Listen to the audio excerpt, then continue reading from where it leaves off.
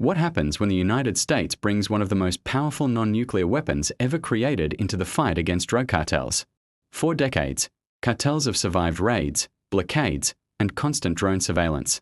They adapted, hid, and rebuilt. But now, the battlefield is changing, and the rules are shifting fast.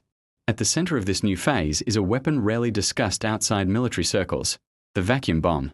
Also known as a thermobaric weapon, it is capable of flattening entire drug laboratories, collapsing fortified safehouses, and suffocating anyone trapped inside. This is not a typical airstrike or a commando raid. It represents overwhelming force, designed to erase infrastructure, dismantle billion-dollar criminal networks, and leave nothing behind but scorched ground. America's war on Mexican drug cartels has quietly entered a far more aggressive stage. Behind covert operations, targeted raids, and deep intelligence work lies the possible introduction of a weapon most civilians barely understand. When a thermobaric device detonates, it doesn't just blow through walls, it consumes oxygen itself, producing a lethal wave of fire and pressure. Jungle labs, underground bunkers, and mountain facilities once thought untouchable are no longer safe. For years, elite US units have operated in the shadows along the southern border and inside Mexico. These missions almost never made headlines. American Special Operations Forces worked closely with select Mexican military units, tracking cartel leaders, intercepting shipments, and raiding safe houses. These were precise, surgical strikes, often unacknowledged and sometimes carried out without informing local authorities. Several cartel figures simply disappeared, killed or captured during classified operations. The US never officially confirmed its involvement, while Mexican authorities often took public credit. In response, cartels placed million-dollar bounties on suspected American operatives. Multiple US agents lost their lives, though their missions were never publicly recognized. That quiet shadow war is now evolving. Under the current administration, major cartels have been formally designated as foreign terrorist organizations. This classification dramatically expands US counterterrorism authority. The Navy, the CIA, and joint task forces now have far greater freedom to target cartel assets, much like they once targeted Al-Qaeda and ISIS. The CIA has increased surveillance operations, deploying advanced drones to track cartel activity in real time. Intelligence from these platforms is now being integrated directly into military planning for potential large-scale strikes. According to 6 current and former officials across the military, intelligence, and law enforcement communities, drone strikes on cartel leaders, vehicles, drug labs, and storage facilities are actively being discussed. Coordination between the White House, the Pentagon, senior intelligence officials, and the Mexican government is reportedly ongoing. In some cases, Mexican authorities are aware of, and even supportive of, these operations. The idea itself isn't new. In 2020, former Defense Secretary Mark Esper revealed that President Trump had once asked about launching missile strikes on Mexican drug labs. While Trump and his team denied pursuing the proposal, the concept never truly disappeared. Today, it has returned, this time in a far more concrete form. Cartels have tried to adapt. They've shot down surveillance drones, built tunnel networks, and moved operations deep underground. But drones may no longer be the biggest threat.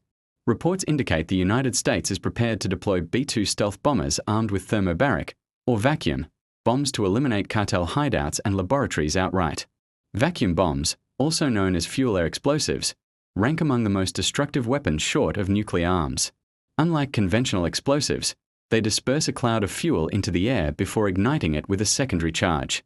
The explosion pulls oxygen from the surrounding environment, creating a massive fireball and an intense pressure wave.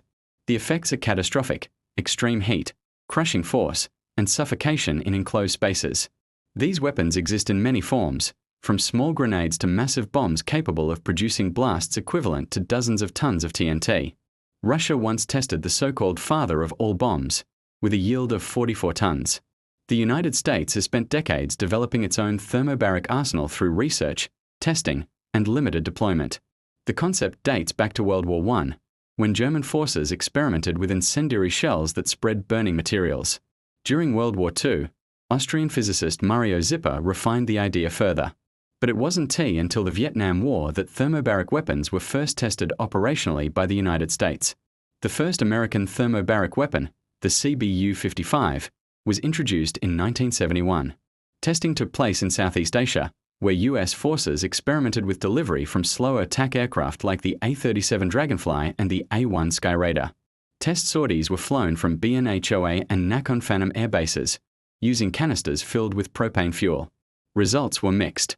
Wind drift reduced accuracy, the weapon's design created significant drag, and safety concerns for pilots were serious.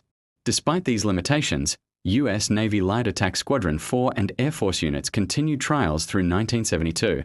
Pathology teams even examined enemy casualties to evaluate the weapon's effectiveness. The CBU-55 was never widely deployed in Vietnam, though a stockpile remained. In 1975, as South Vietnam collapsed, US commanders authorized a single operational use. A CBU-55 was dropped from AC-130 at 20,000 feet. The resulting explosion incinerated and suffocated an estimated 250 enemy fighters across a 4-acre area. Oxygen was consumed almost instantly. This remains the only confirmed combat use of the CBU-55 during the Vietnam War. Afterward, improved variants were developed, including the CBU-72, which later saw operational use during Operation Desert Storm against Iraqi forces in the 1990s. Efforts to ban thermobaric weapons soon followed. In 1980, Mexico, Switzerland, and Sweden attempted to outlaw their use at the United Nations. The proposal failed. Additional attempts in the early 2000s also stalled, as major military powers continued to view these weapons as strategically indispensable, despite their devastating effects. By the early 2000s, the United States had introduced the BLU-118B thermobaric bomb, designed specifically to penetrate caves and harden bunkers. It was deployed in Afghanistan against al-Qaeda and Taliban fighters hiding in mountain tunnel complexes. On March 2, 2002, during Operation Anaconda, an F-15E Strike Eagle dropped the first BLU-118B in combat. Guided by laser, the weapon was aimed at a tunnel system, but detonated prematurely above ground. While the strike failed to achieve its full intended effect, it marked the first modern combat use of thermobaric weapons by the United States. International law does not explicitly prohibit vacuum bombs. While treaties restrict indiscriminate incendiary weapons against civilians, their military use against enemy combatants remains legal. Debate continues, particularly over suffocation as a method of killing, but no binding international ban exists. Against drug cartels, the United States has not yet deployed thermobaric weapons, but pressure is steadily mounting. Previous operations already reveal a clear escalation.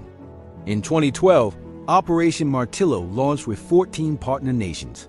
Warships, aircraft, and specialized teams targeted maritime drug routes from South America to the United States. Within its first year, Martillo seized 119 tons of cocaine worth $2.3 billion, along with $37 million in cash and equipment. Later, Operation Orion expanded the effort to 62 countries, producing record-breaking seizures, 225 tons of cocaine, and more than 1,000 tons of marijuana, valued at $8.3 billion. These campaigns combined advanced detection systems, international intelligence sharing, and direct interdiction. The U.S. Coast Guard's Hitchron Squadron played a critical role, flying MH-65 Dolphin helicopters armed with sniper rifles. During high-speed chases, they disabled cartel go-fast boats by shooting out engines mid-run. Smugglers adapted by disguising vessels and using hidden compartments. But joint task forces like JIATF South uniting the Navy, Coast Guard, FBI, CIA, and Customs stayed ahead by mapping routes and intercepting shipments in real time. The financial damage to the cartels has been staggering. In 2022 alone, the Coast Guard Cutter James seized 48,000 pounds of narcotics during a single 4-month deployment worth more than $500 million. Its drones and helicopters tracked suspect vessels, boarding teams captured crews, and intelligence efforts disrupted key trafficking corridors used by major cartels like Sinaloa and Jalisco New Generation. Now, the United States has gone even further. Navy destroyers, such as the USS Gravely, have been deployed to reinforce interdiction operations near the Gulf of Mexico. And with B-2 Spirit stealth bombers on standby, the campaign is entering entirely uncharted territory. The B-2 remains one of the most advanced aircraft ever built. With a range exceeding 6,000 nautical miles, the ability to evade conventional radar, and the capacity to carry thermobaric weapons, it represents the ultimate tool for destroying hardened cartel infrastructure. Soviet-era radar systems, Iranian technology, or anything cartels could realistically acquire would not detect it. When a B-2 strikes, there is no warning. Cartels have long relied on concealment jungles, tunnels, underground laboratories. Thermobaric weapons remove that advantage entirely. These bombs don't just destroy structures. They consume oxygen, ensuring that nothing and no one inside can survive. If deployed, this would mark the most decisive escalation in the U.S. campaign against drug cartels since the beginning of the drug war. It would signal a fundamental shift, treating cartel operations not as a law enforcement issue, but as a national security threat requiring military force. The combination of stealth bombers and vacuum bombs represents the most powerful non-nuclear option available.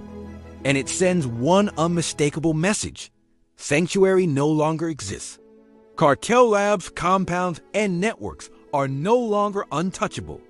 The war on drugs is entering a phase unlike anything seen before.